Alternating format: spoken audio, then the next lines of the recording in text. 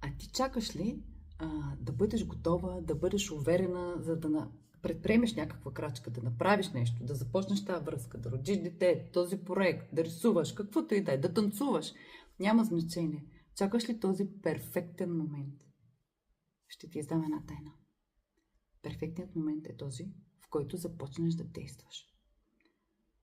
Никога няма да си напълно сигурна и уверена.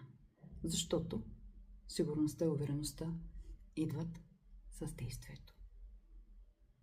И винаги по пътя правим някакви грешки. Това не означава, че не сме готови. Напротив, учим се, задобряваме, ставаме по-уверени, защото сме преминали някакви степени, нещо ново, излязли сме от зоната на комфорт, разширили сме се. Само с разширението ставаш по-уверен. Да стоиш, да четеш, да чакаш, да мислиш, да премислиш, да пишеш, да правиш планове и това. Не ти носи нищо. Да го учиш, да го четеш, нали, да затвърждаваш. Не, само действието.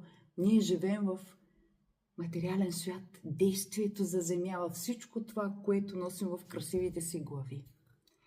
И да бъдеш готов не означава, че нямаш страхове. Напротив, всеки човек си има страхове.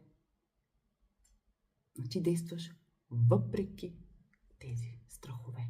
Страховете никога няма да избягат. Те могат да бъдат наши приятели. Да ни кажат, тук това имам да видя и да погледна. Въпреки това, аз действам. Не чакай, не отлагай. Действай. Сега, в този момент. Днес, сега е перфектният момент.